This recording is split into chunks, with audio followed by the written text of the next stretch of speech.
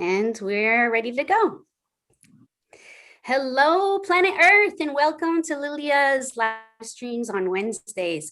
Thanks for joining us for the second edition of the Reflective Conversations on Gender Transition, an educational interview series with D.M. Maynard. I'm Lilia, and my pronouns are she and hers, and today we have special guests hailing from the East Coast of North America.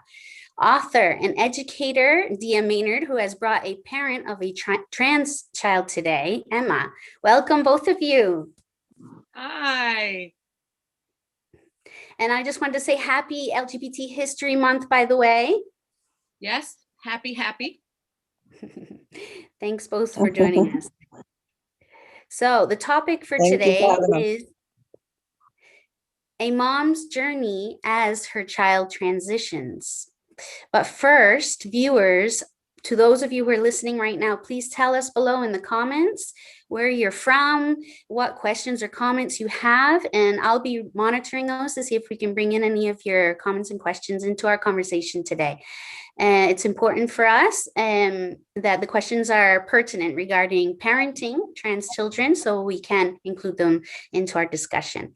So Dee, first we met in 2019 at the Philly Trans Wellness Conference, which led to you writing a blog for Facialteam. And then that led to you and I talking a lot, and it led to our first live in December, which went fantastic. And now to this beautiful series. Thank you so much for doing this for us. And now I'll let you take over a little bit, so you can also tell us how you and Emma met. Okay, first of all, Lil, thank you so much for this. It's an honor to be part of the series and to work with you and the facial team. You're the dream team, as I say, not just the facial team. Okay, so Emma is this wonderful person that I've gotten to know very well. I was presenting at a conference, and then afterward I did my normal Q&A, and then I did a book signing. And so I was signing my books at a table. My first book was for partners of people who are transgender or non-binary. It's about the parent's journey, the partner's journey as their partner, someone they love is in transition. And so I was signing the books, and this very handsome young man comes up to me and asks me if I have any other books. And I said, actually, I'm in the middle of writing one for parents and family members of people who are trans and non-binary. And I said, I'm actually interviewing, parents now and talking with parents and teachers. And he's like, I think my mom would want to do this. I said, you think so? And like his whole face lit up when he mentioned his mom. And I thought, oh, he must really love his mom. And then I said, well, here's my card. And if your mom's interested in calling me, or contacting me. And then at that same conference, I met up with a friend that I had, and I was telling them about this. And then the friend said, I'm going to reach out to some parents that I know. And wouldn't you know it, that Emma's name came up on that list too. So then they contacted me, and then I wrote them back, and they helped me. I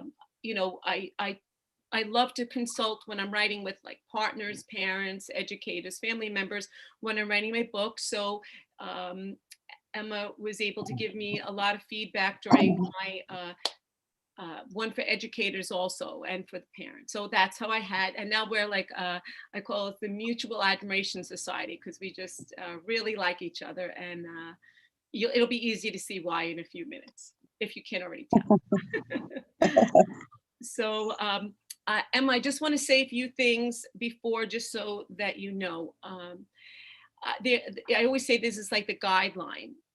I know this is a public forum, and so I always want to be very protective of the people I interview and their families and anybody connected to them. So if there's any question that I ask you that might feel invasive or crosses any boundaries, or if you just feel uncomfortable or you don't want to answer it, no, please make it clear to me, because I especially since your child's a minor, I want to keep your child. I have permission to use his pronouns, he, his, him, and that's the pronouns that he identifies with. And so without any further ado, I just want to as Bill says, get the party started. So get the party started. Get the party started. Okay, anyway, all that. That's from my long time ago hanging out at the clubs. Anyway, not that anybody should know. I never hung out at any clubs. Anyway, we'll just go on. Too much information. So how did you find out that your son needed or wanted to, was on this gender journey, and how old was he? And do you remember like your first thoughts, what you were thinking, things like that? It's all yours, Em. Hi, everybody. I'm happy to be here. I remember it like it was yesterday. He just came to me one day. I think we were watching a Dr. Phil show, and it talked about that issue. And I think it empowered him to talk about it, because I don't know if he understood what he was going through at first. So then he came to me and he said, "Mom, I'm a boy." And I understood what he meant by that, but I felt so scared. I just, like, my heart dropped. I wasn't upset. I was scared, because I felt like, oh my God, what is his life going to be like? What is he going to go through? Like, I was just petrified. And then my next thing was action. I was like, okay, I have to learn everything I have to learn about this. Of course, I gave him a hug and I said, that's great. But I was very petrified of not being able to fulfill his needs as he transitioned, and just really, really worried about the future. Okay. Very common. I hear this often, and I knew that you would be a parent who, embrace their child like this. From after talking to you, it doesn't surprise me. And I was wondering, because you seem, very accepting, but I was wondering, did you have any times that you had any feelings of grief or the joy, the way you celebrated? And if so, can you explain to me in those ways, maybe I'm not sure, I don't want to put any words in your mouth, some people don't, but I just want to know about your thoughts about that, since that's the part of some people's journey, but it may not be yours. Well, I've always missed, and still do, having a little girl that looks up to me and tries to be just like Mom. Before this whole thing happened, before he actually came and told me that he was a boy, he used to dress like me. He used to walk around with a coffee mug with water in it, because I'm always walking around with a coffee mug. So he would fill it up with water and walk around with it, and put a headband on his head, like I used to do. So he was always like modeling me. And I'm always going to miss that. But my feelings of pride for him being true to himself and being such a warrior in this journey definitely is bigger than any grief that I feel. Okay. That answers it in fully for me, because I that's what I see when I talk with you, and when I am in your presence at all, on Zoom. Nowadays, especially. I don't know if you did, but who did you discuss the transition with in your immediate family? Like, how did it go about, particularly it's sounding like he discussed his gender gender exploration with you, or that he was sure. I don't even sound like he necessarily explored. He sounded very sure. So were there any family members that you spoke to about this, or any siblings, if he has any siblings? And how did their reaction, what was their reaction, and how did that impact the dynamics of your family at all, if it did? My mom's side of the family was very open-minded about it, because I have a brother who's gay.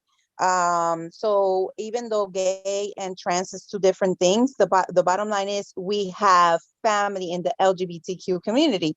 So they were a lot more open-minded. My husband's side of the family was a little different.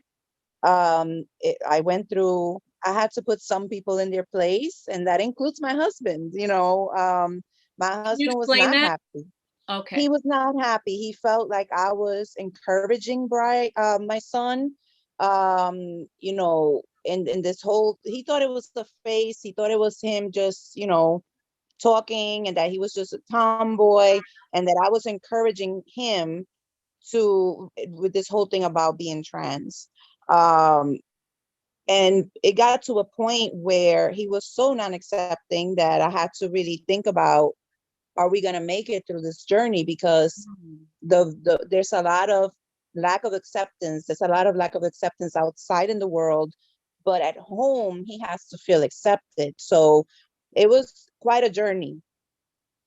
Okay. So, were you the one who explained things to them? Did your son go, join you when you did this? How did you go? A lot of people ask me, so I thought you might be able to help in how you approach them about this. Do you remember at all? Yes, well, with some people you can level with, like my husband loves his children. So with time, I was able to help him understand. And I also had to learn that I can't just look at him as a bad guy. I have to understand that his acceptance is not going to come as quickly as mine. Just because I accepted it on day one doesn't mean that he'll be able to do the same. So I had to understand that. So I had to make some adjustments within myself and just give him information because he had none. Of course, he had a boy and a girl, and he said, I have everything. I'm getting a vasectomy. So now he had two boys and no girl. So of course, it was a major grief for him. And so I had to understand that and to just let him know, okay, I understand your grief. This is not about you. This is not about me. This is about our son. So now he is all in, and it's been years now. So he's all in, and my son and him have definitely bonded in a way that it's a beautiful thing to see. There were other family members that I basically told them, you know what, when you have your own children, you can then decide and have opinions. But until then, you just leave us alone, because there were some people that were not easy to talk to, and they would not understand, and they were judging, and I just said, no, where have you been all this time? Now you're going to come and give opinions? And no, I didn't ask for your opinion. So if you cannot understand what's happening, if you don't care to research and read and learn, or let me guide you, then you could just stay on your side of the road. So it depends on the person. Yes, yes. And so, I mean, I know you touched on this a bit about how the knowledge of your son, um, ways that how you interacted changed. Maybe as you're saying, um, him you being his role model. Were there other ways how how you relate to him changed at all, or I hear with your husband, it really evolved in a beautiful way. What about like maybe with siblings? I believe that he has siblings. Is that accurate? Yes, he has an How did that, 18-year-old any of brother. those dynamics were affected, or how you relate to him now, or like that? Is Yeah. there anything you want to add about that? Okay, so as far as siblings is concerned, the one brother that he has, 18 years old, when he came out as trans, they were both in the same school in a community that was fairly small. And it created tension between the siblings because the older sibling was trying to be accepted by his peers. And in the community that we lived at, I can honestly say my son was the very first person to be openly trans. So because of that, a In lot their of people school, the first person to be openly trans in their school, in this community in and your as a whole, community. Oh, including okay. Wow. so there was a lot of shock, a lot of people didn't understand, a lot of lack of information, a lot of ignorance. So because of that, it affected the sibling because all of the little friends started asking a lot of questions that were a little bit too much for my other son to answer. He was trying to learn himself. He didn't understand it. So it ended up causing tension between them because the little one didn't feel like the big one had his back. But in reality, he was just trying to deal with this issue without losing all his friends. So it was definitely they went through a lot. So until one day I decided, okay, enough is enough, and sat them both together. We're gonna talk this out, and they were able to talk it out. They yelled at each other. They talked. They cried, and then in the end, they ended up hugging it out, and it got so much better after that. Yeah. They I don't still think fight every now and then, though. yes, yes. Well, they're normal siblings, Yep. right? Yeah. Yep. I think a lot of people don't realize how much siblings and family members navigate the transition for themselves, and that it's their they have their own path with that. As you mentioned, your husband and siblings, and people sometimes not even always meaning poorly, just I always say sometimes they're curious and they're not sure who to ask. And then they ask even a sibling, and people are sorting things out for themselves. And I always say, would you want somebody to ask something this private about yourself? And if you wouldn't, maybe not do that to somebody else. Right. It was it's another thing people ask that I think can be very invasive, because they don't have the information, is a lot of people assume that kids or people under the age of 18, they don't really know the difference between socially transitioning and medically transitioning. They're not aware that there are strict guidelines for anything medical for kids, that often, not always, that even social transitions are part of the journey. But one of the things they don't understand, there's a great organization called WPATH. It's a World Professional Association for Trans Health, and they help create the SOC standards of care, and that this is very monitored, and any respectable, honorable doctor that has experience and knows about the journeys of children who are transgender would know the proper protocol to follow. So, like, for instance, since your son uses he, his pronouns now, which were not before, that's part of a social transition. There's nothing invasive. He changed, he's his chosen, he uses his chosen name, which I want to hear how that was felt for you too. And there's lots of things that I feel that people need to educate themselves, the difference between socially and medically transitioning. So how did people react? Were people thinking things about your decisions before they had the proper information? And how did you feel when he chose the name that he's using now? How did that go about? Were you part of that process? How did that all go about?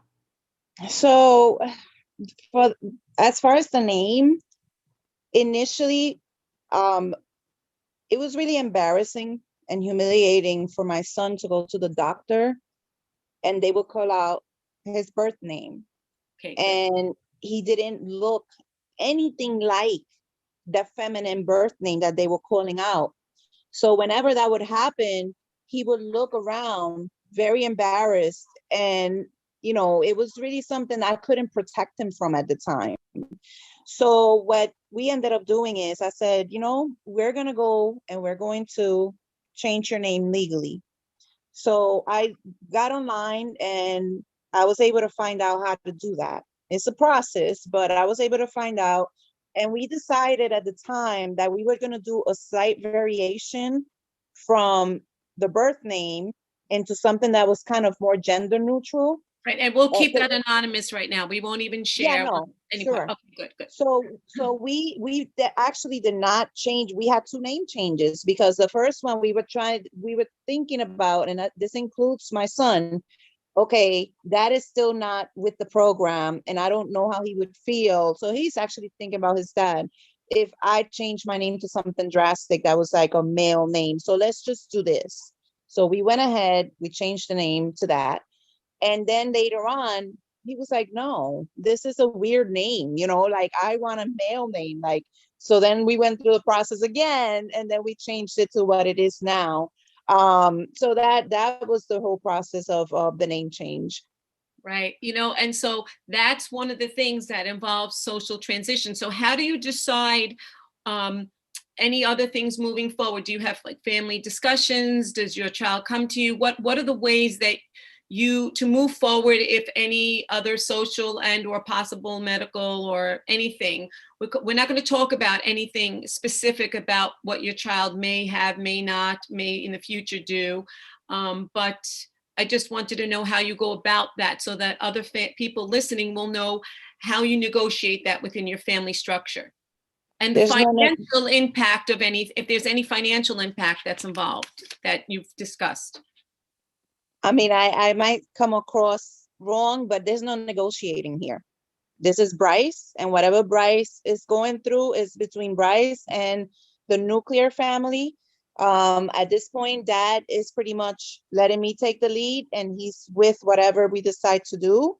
So there's no negotiating. I just inform them, you know, if we're going to do a procedure or anything like that, a gender affirming procedure, I will let the family know, oh, by the way, this is going on, you know, but I don't consult or negotiate, because nothing anyone says is going to impact what we do to make my son whole. If this is my son and he needs to do this, then we're going to do it, and we'll fill them in, but there's no negotiating. Okay, great. So it sounds that you and your son have a very open communication. They might share with you what they're considering or thinking and want to talk to you about as far as any aspect of the transition. And then you together as a team, it seems like, come up, and then everybody has to get with the program. Yes.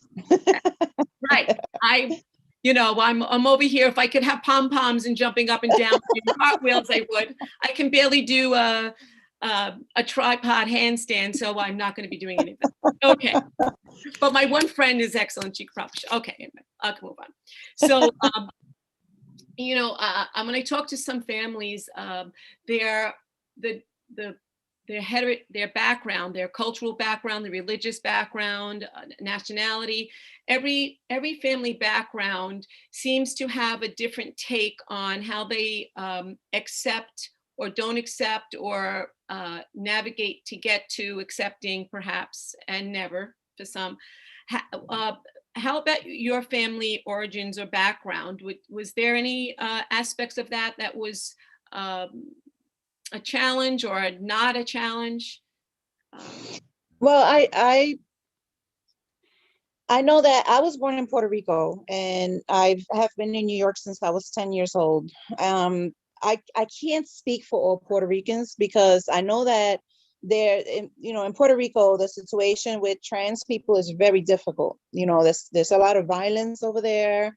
And I read about it because I try to stay up to date with the news in Puerto Rico. So I know things are bad over there.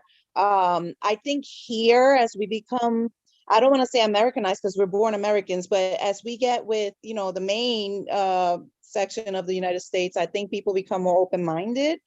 It wasn't an issue in my family because, like I said, we were already allies of the LGBTQ community because of my brother. My husband's side of the family, they're African American, and I'm not sure if that has something to do with the way they felt about the situation. I'm not sure, but I felt like it did, but I'm not sure if it was just a matter of the way they felt about it in their own family, or if it was more of a cultural issue. I can't say for sure.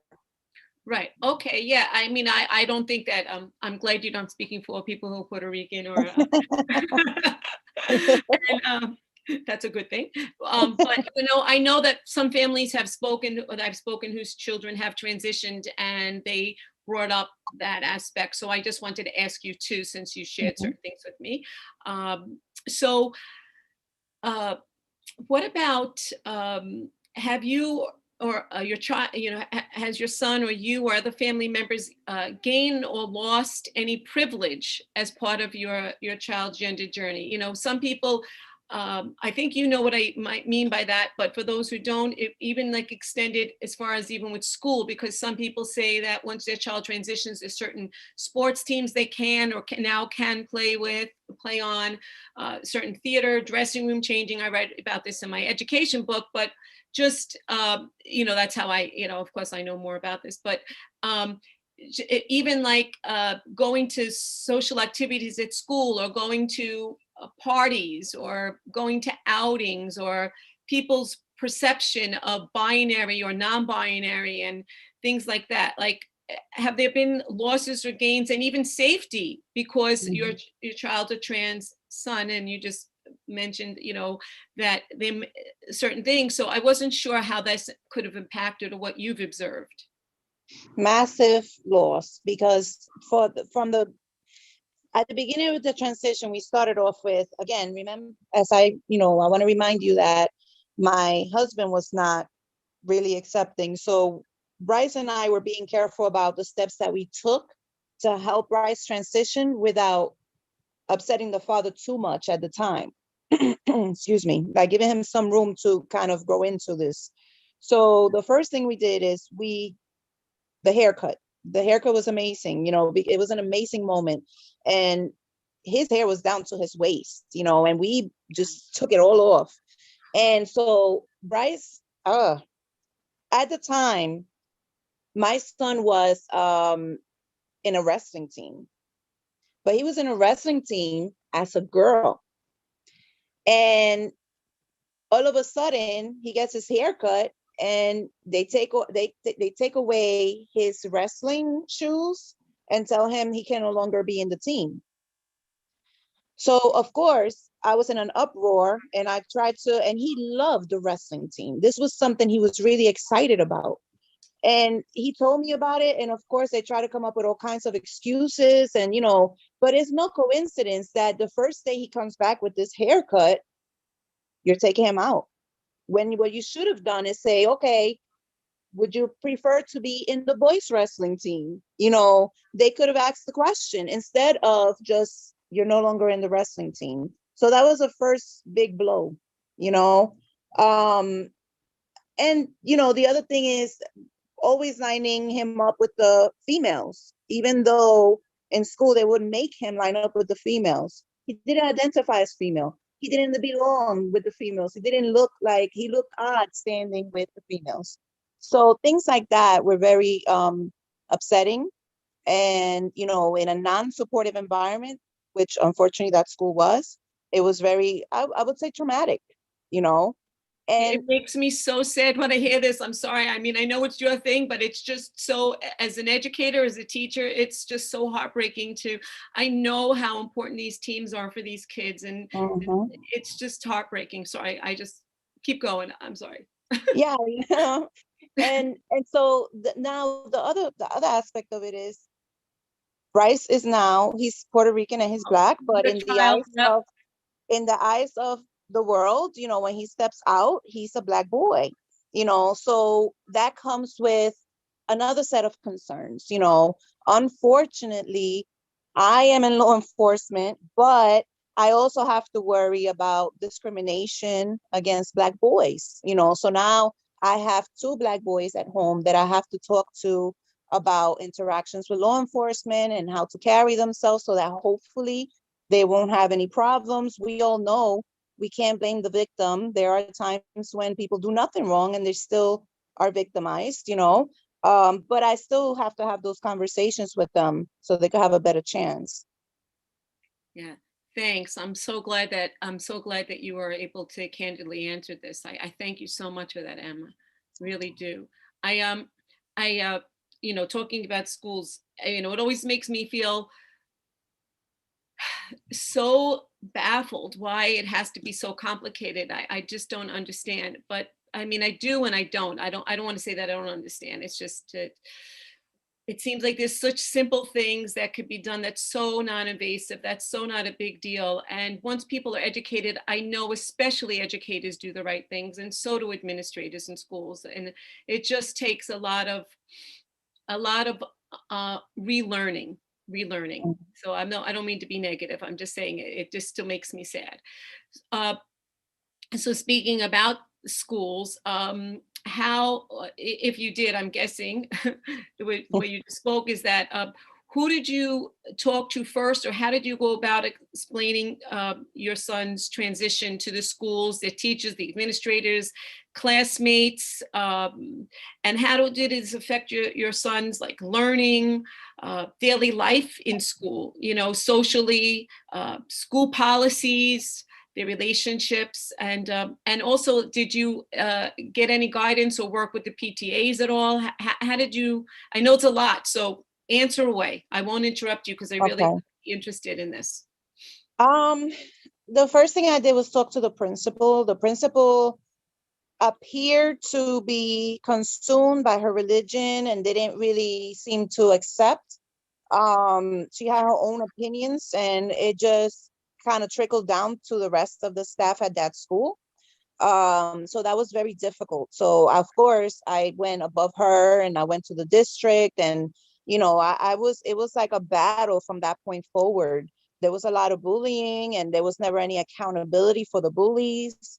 I mean, and I'm talking about my son coming home with marks on his neck because somebody had choked him out.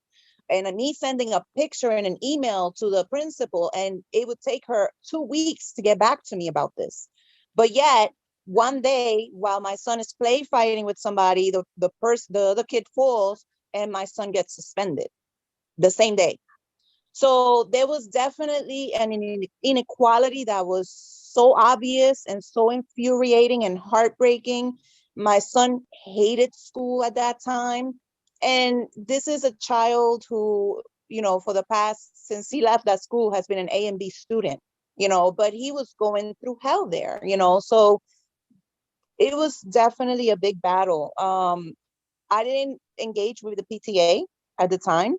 Okay. I actually was anti-PTA at the time, just because I didn't have a lot of experience with PTAs, but at that particular school, it was like what the PTA president wanted to talk about, and the parents didn't matter, So I pretty much was totally turned off to PTAs. But I mean, I wrote to councilmen, I wrote to, all kinds of people about what was going on, and I felt like I had nowhere to turn to because nothing was getting better. I honestly had to take him out of the school. And once he went to another school, I introduced the situation to the principal in the next school. You're on mute, I think. Yeah, you touched the mute button by mistake. You're on the mute button, Em. For those who don't know, PTA stands for Parent Teacher Association. So, and it's a very active organization in schools, and that I think that it's, there are wonderful PTAs. So I just want to mention that. But Emma, can you hear us? She's trying to get back on, I think, with the sound. I think we hear you as you talk. Okay, great. I heard it too.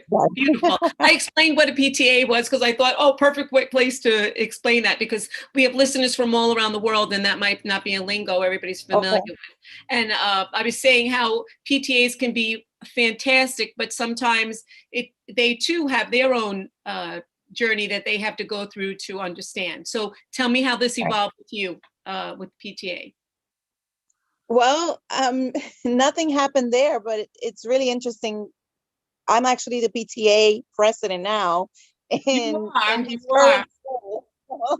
So that's and my whole thing is I make sure, because of my experience, I give a lot of room for the parents to have a voice, because I understood what it felt like, how discouraging it was to be sitting there and not be listened to. So that's what turned me off to PTA. So in order for me to make the parents want to, engage, I'm giving them the room to have their voices heard. And I guess I learned from my experience. So that's kind of ironic that now I hated PTAs and now I'm the PTA president. It's so funny, when you were logging on, I noticed that's what your name, it was connected to the PTA. And then three of us were talking, and I was thinking, oh, great. I wanted to ask about PTAs, and this is a perfect opening. So it was like perfect, kismet, as they say. So I wasn't sure then how policies are created at your school? I mean, as the president of the PTA, I'm sure that you're involved in many conversations. How do they go about doing policies? Are you part of it? Are you a person who wants to help train? Some parents don't. So some parents do. I don't feel that any parent should be required to or expected to. So I want to know how it works for you. You know, I have to say that the school that he goes to now, I can't take any credit for anything because the school is great. First of all, the assistant principal is a gay man. And again, when he went to the school, Openly is yes, okay. I yes, just want to keep everybody's, yeah, absolutely. So the very first thing I did, again, this is the second school after the bad school that my son went to, was introduce the situation to the new school to make sure that we had an understanding, bathroom stuff and all that stuff. I wanted to be clear. And he was very, very clear that none of that bullying stuff is tolerated here. I am a gay male and there's no way this is not going to happen here. And it's been amazing. He is an advocate.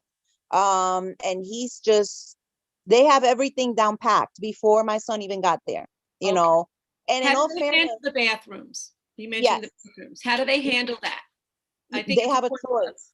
They have a choice. Either they can use a private faculty staff bathroom if they choose to, or they could just go to whatever bathroom they want to go to. Right, So that's, yeah, it's not an issue. fantastic. Okay, so you mentioned your work before. You said something about in law enforcement. Do you want to did you come out to people at work, and how did that come about if you did? Because I know, like, some people, parents have talked about when they have pictures up and now they might have to change pictures or not. Talk about this type of the journey for you.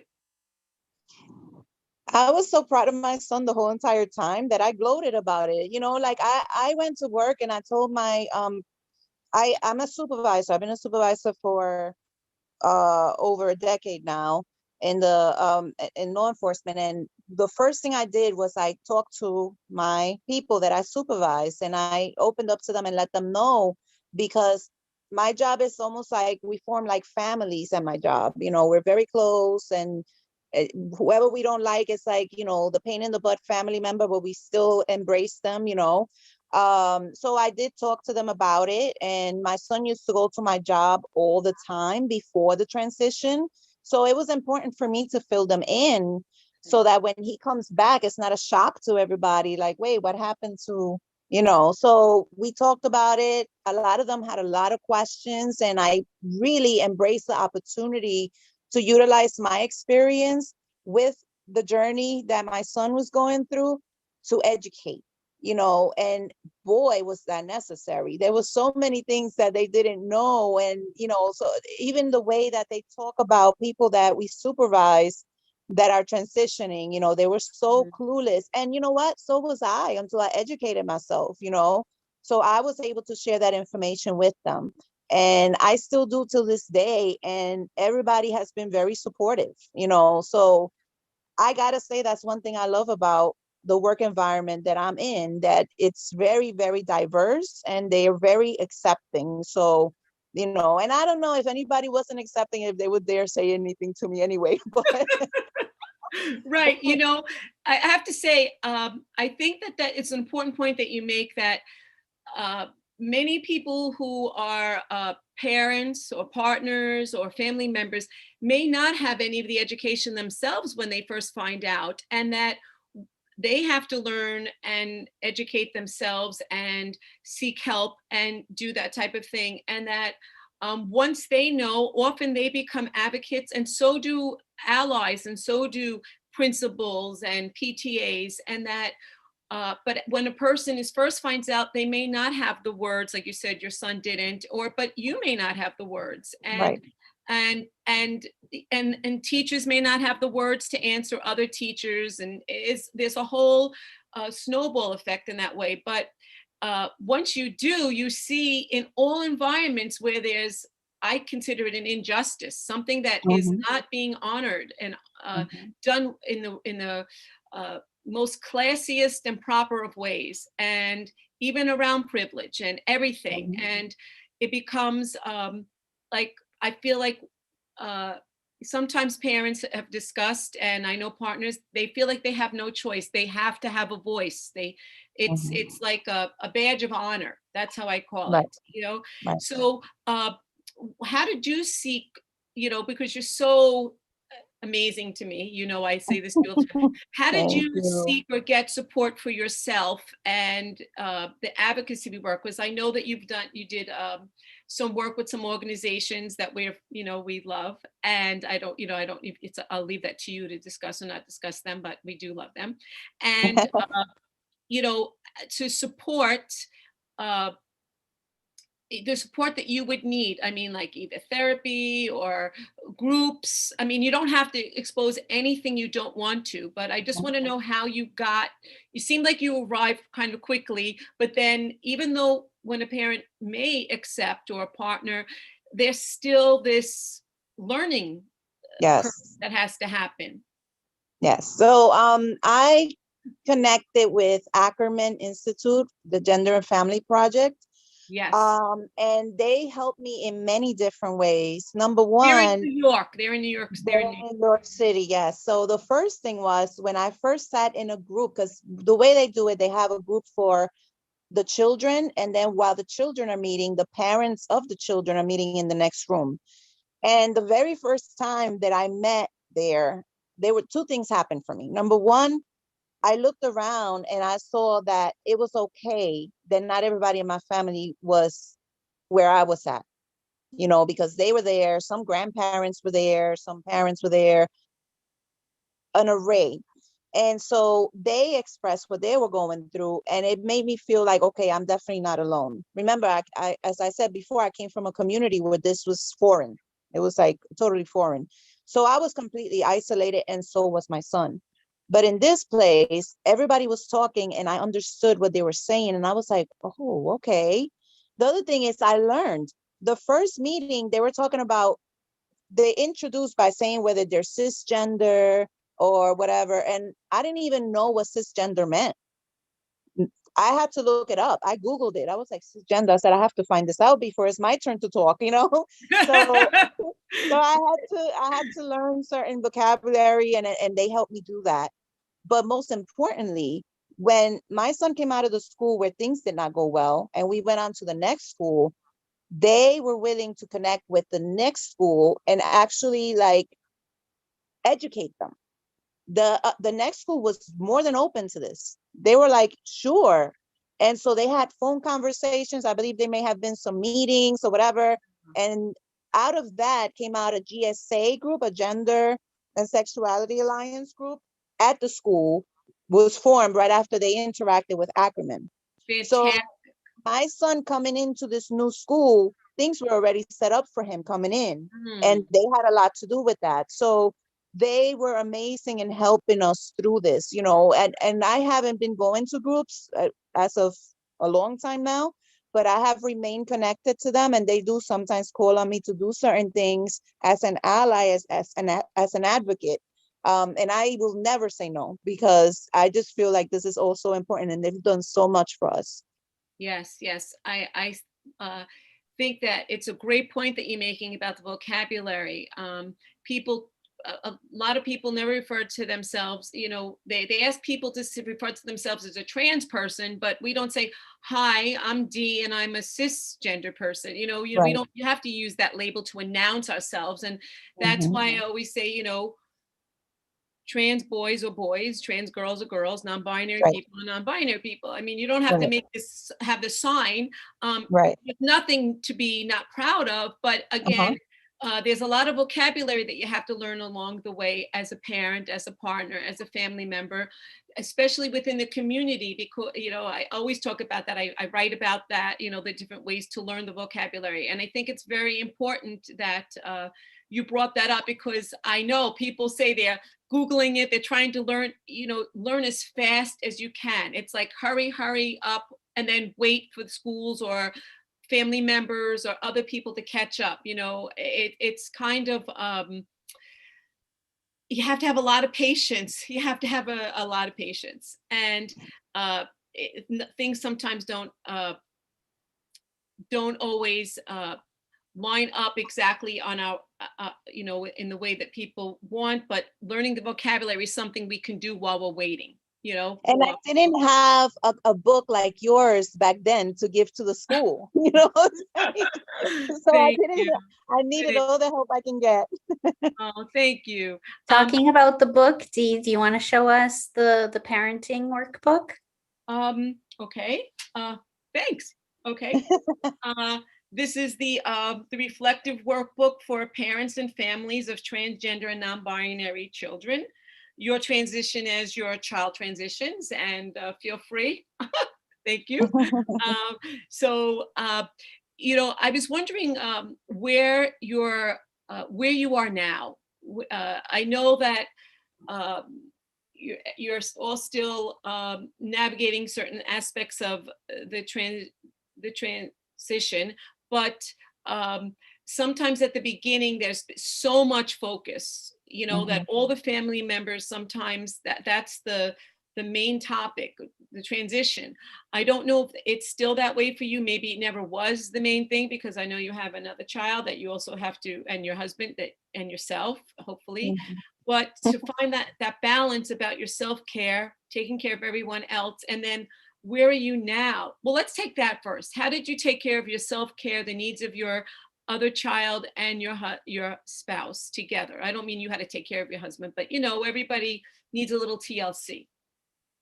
Okay, I hate to say that I don't really, I don't have time for me, you know, but I mean, I go do my hair, you know, I mean, I do Stunning, by the certain way, things. you're so stunning, I must tell you. Thank you. So I guess that's the way that I do it. I take a few hours to go, you know, do my nails or my hair or whatever. I think that's my pampering, you know. But other than that, it is definitely a juggling act. You know, I have, unfortunately, my son, as he transitioned and all the things that he went through, has left him with major depressive disorder. And we battle with that every day. Every day is, I don't know what to expect. You know, one day he could be okay, the next day he's not. So it's a daily struggle with that, while also dealing with my older son, who, as a consequence of everything he went through, because he went through a lot at the school, because the school, we kind of became kind of a target as I continued fighting against them and what they were doing wrong against my little one. Then he kind of became like a target. So he hates school. He's been accepted to college now and he's about to graduate high school, but it's been a difficult journey. So it has definitely been a major juggling act. And I just have to sometimes have a good cry. You know, I think it's important that we allow ourselves to do that. You know, I don't do it in front of anybody because that's just not my style, but I'm taking a shower and I'll just let it out. I think, you know, this is not something for anyone to feel sorry. You know, for me, I think it's actually a good thing. We all go through tough times and we have to be able to, you know, let it out and let those emotions just play themselves out. Otherwise you boggle it all in and it's self-destructive. You know, I think that that's a good message nowadays, what everybody's going through. Everybody has a type of transition in their life or changes in their life that they may have to grieve or cry and then dust themselves off. You know, sometimes it's very hard to get out of that dark place and that scary place. And so it seems to me that you said your oldest one is now getting ready for college or applied. And Yes, he got accepted. congratulations Yeah, thank you. for me. And so how do you have you, besides the time that you work with Ackerman, like, is there a support group, a way for you to get it out, or for your family members? You could always call me, Em, if you need, by the way. Yeah, thank you. You know, I know we talk, but I'm just saying, you know, it's not to like pour you, but you know, everybody needs a little, deserves a little attention sometimes. And you know, parents, they're always the last one on the line, you know, for themselves. I've often seen how parents put their children first. And so, you know, so you answered like the social emotional, where some of you are at now.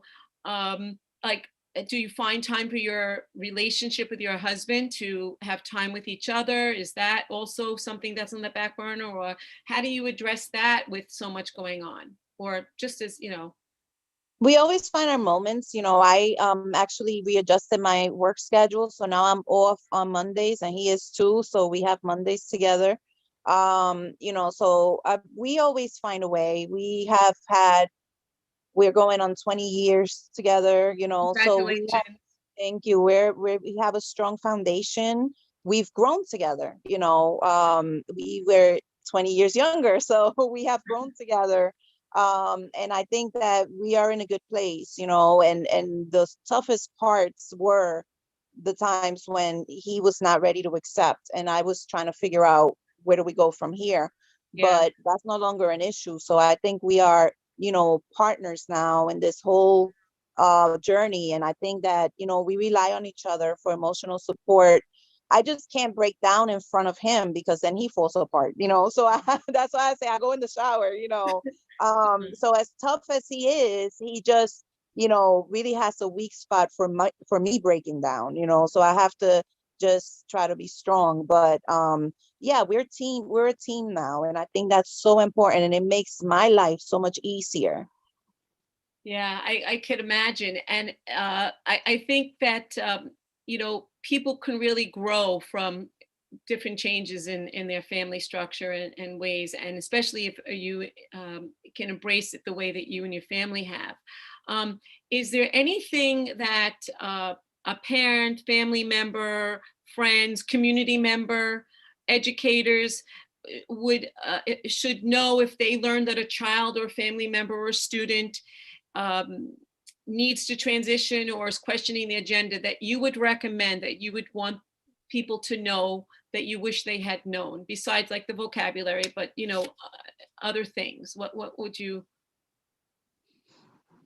I mean, they're people, they're children. They have the same needs as any other child. They need to feel loved and accepted, and not to be made feel like they're awkward or weird because they are they're trying to assert who they are. That you don't need to encourage them. You need to support them, by you supporting them. That is really everything that you can do. Don't assume it's a phase, like just go with the flow. They will determine whether it's a phase or whether this is who I am. That will be determined by that child, especially if they have enough support around them to make those decisions. So just be supportive, and respect them, because they're children, but children deserve the same respect that we deserve. So respect them. And if they want to be a totally different name, go by that name, and so what if today they say I'm female and tomorrow they say they're male? They might be non-binary. Just go with the flow, respect them, and I think that will go so much. You can make an impact on somebody's life. It can be literally be the difference between life or death for a child. It is that important. It is that serious. I agree. I always say, believe a child, believe their words, and help them to explore if they don't have the words to understand themselves. And that means it comes from the child, not that you plant any seeds. It comes from that child. People often say that, and believe them. And I think that your inside beauty is as beautiful as your outside beauty, as a parent. No, as it's just the human being that you are is so clear. And I can see now why your child smiled when they said, do you want to talk to my mom? It's pretty obvious to me why. It's been while we've talked, but even hearing this in this interview, it's incredible to me. I was wondering, is there anything else that you would like to share or think I should have addressed or asked you that I have not as of yet? I just want to say that you have to, sometimes we want to be nice and cordial to people, but sometimes you have to throw that out the window. And I say that because in my neighborhood, I had people that refused to refer to my son by his new name. And they just would not let up. I would explain to them, that is not his name. This is his name now. And they will continue to do it. So at some point, I will have to step it up and be like, hey, listen, you don't have to greet them at all. If you're not going to refer to him by his name, then you need to just stay away from him, go the other way, you know. So sometimes we have to throw polite out of the window, you know. We try to do it that way, but you have to stand up, because you know how humiliating it would be for my son to be referred to with a female name at this point when he looks nothing like a female. You know, that's what I think about when I'm like, okay, I try to explain this to you and you had a chance to get it right, and now you're deliberately, because some people do forget, that's different, but there are people that you could tell are being deliberate about what they're doing, you know. So you have to sometimes just stop being so nice and stand up for your child. Yes, good for you. You know, and I always want to say that, you know, we're talking very much binary, but there are many children who are non-binary, Right. who are, you know, people are misgendering the way they want to be, you know, how they express themselves, and that it's very important to ask a person, what pronoun, what name should I address you by? You know, how do you identify, so that there's no guesswork and that nobody is embarrassed or humiliated, whether it's in a social setting, with your community, with your family, in you know, schools, anywhere. And I thank you so much for this time. I was wondering, Lil, are there any questions or comments that people have made? I'm not sure, maybe not. I don't know if any people are on. Yes, there was some comments early on. I didn't want to interrupt because Great. the people just saying this is fantastic, this is amazing. Thank you both so much for being so eloquent and advocates, and Emma and Pta, beautiful mom. Thank you for sharing your story. I shared links to your book, Dee, and lots of other resources in the chat for any listeners who are here or come back. So, and the Ackerman Institute, PFLAG, and lots of other interesting bits and bobs for parents that are maybe just beginning. And yeah, oh, Gail, thanks for coming. And she's also said this is an excellent interview. So thank you, Dee, for that. This is really great. You've done a fantastic job. And someone else here is piping up. Easy, Emma. It's easy. And 3D Me is saying you're the best advocate for your child, a wonderful mother. Hashtag love all around. So lots of great feedback coming through in the chat. No specific questions at the moment, but I think I was so busy putting up resources that were relative to what you were both talking about that it was sort of like the answers were out there already. and your interview was designed in such a way that the answers are coming forthright as we go along. So thank you both for this. It's been wonderful. Thank you. Before we go, though, do you want to mention your other books? Last month we talked with a couple. Oh, yes. It was one couple story. So it was with Denise, is the partner, and Sophie, her partner and spouse. And so we did that last month. People can check that out. And they used the book, The Reflective Work. This is the one for partners. And then and then I did one when we met in December, where so people can check this out on the series. And it was about my journey to get to be privileged enough to be here. And I know it is a privilege and an honor. And then the one for teachers, I'll be doing that next month, doing it more. That's the one for teachers. And it's for teachers and support staff of students who transition, the schools transition. As you know, Emma explained, one school, you know, they transitioned. And other schools just take a little more time sometimes. And so I'm going to have this interview next month, this wonderful advocate that helps. Their name is Julie Lipson, and they'll be interviewed on March 31st. Julie's a musician and a music therapist and an activist who works with the trans community, because I believe that's a holiday, the 31st. It's trans visibility. So we wanted to use that date. They're an activist. They work with the trans community and weave their own non-binary identity into the music for children and for adults. And they are an educator. They work at a very important camp we'll talk about, and for trans kids. And I think it's very important that we also, especially on the Day of Visibility, interview somebody who weaves their own identity of being non-binary into the conversation, which will also be involving gender transition.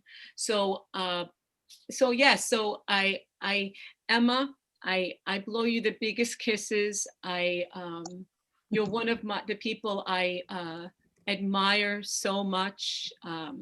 I feel like blessed to have you in my life, and you're a role model for me.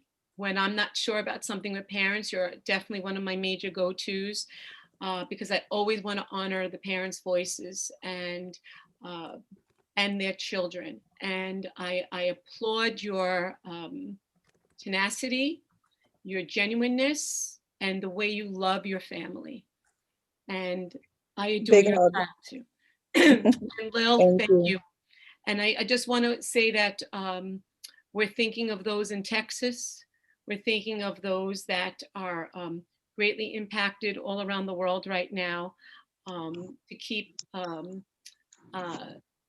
think that we do need to also be aware of those that are in the systems of jails and prison, and how their identity needs to be respected and honored. I don't want to, I didn't talk about that more, but we're running out of time. Sorry, I get all choked up about this. And that, protect our troops, and may we all be safe, and see that there's so much that more we have in common that we have different. And if we can focus on that and understand that everybody has something that's different, but that makes us more beautiful. Yes. Absolutely. So many journeys to learn from, and that's why we're doing this series with you, Dee, and having wonderful people that are able to act as role models, like Emma, for example, for other parents. And we're creating with this stream an informative and accessible resource for anyone really who's involved in the transition of a loved one, be it a partner, a parent, a teacher, and other adult role model or family member involved. So thank you both. And I just want to say Thank kind of you for how having us. brave the children are, how brave the children are. Yes. Or any adult that is on this path. I admire them so. I admire them so. They teach us so much about ourselves. And so those viewers that are still here, let's give a big hand for the kids out there killing it, and for their parents who are supporting them, and their teachers who are also supportive, and the director of the school where Emma's children have gone. It's so important. So and for those show us your support with some claps. And for those who are not there yet, we respect you and are pulling for you too. We're there. Yeah, like since Emma said, her husband, it took her husband time, but now everybody's moving in a direction that's comfortable for her family. Emma, can I ask you a question before we go? Yes. Sometimes some people say TNBI, other people say TGNB. Do you have a preference for the acronym that is more specific than LGBTIQ+? No. Okay, so I just want to say, let's give all of our TGNB and non-binary, gender non-conforming people a big hug today, a big giant hug for LGBT History Month. Yes, It's an honor to be doing this in this month. It's an Yes, honor. and Yes, it next is. month for TDOV, the Trans Day of Visibility, so it'll be really important. And stay tuned on our blog. I shared the link in the comments for our upcoming events. Please do join our private patient peer group on Facebook if you would like more information about facial feminization surgery, and sign up for our newsletter, which you can find on our website. Like this video to show your support of Emma in DM's series here. Please follow our channel, share with all of your lovely friends, and have a look at the other videos of the series. They're all in the playlist here of Lilia's live streams. Thank you so much. One thing is, and if a person is suffering or not doing well, mental health professionals can play a major role for people too. And I want to make sure that I say that, you know, there's always help. Please find it. Okay. And thanks for the Facialteam, and you too, Lil. Thank you, Dee. Thank you, Emma. Bye. Both have a great day. And remember, everybody, your health and happiness matter. Bye-bye. Bye. Bye. Bye.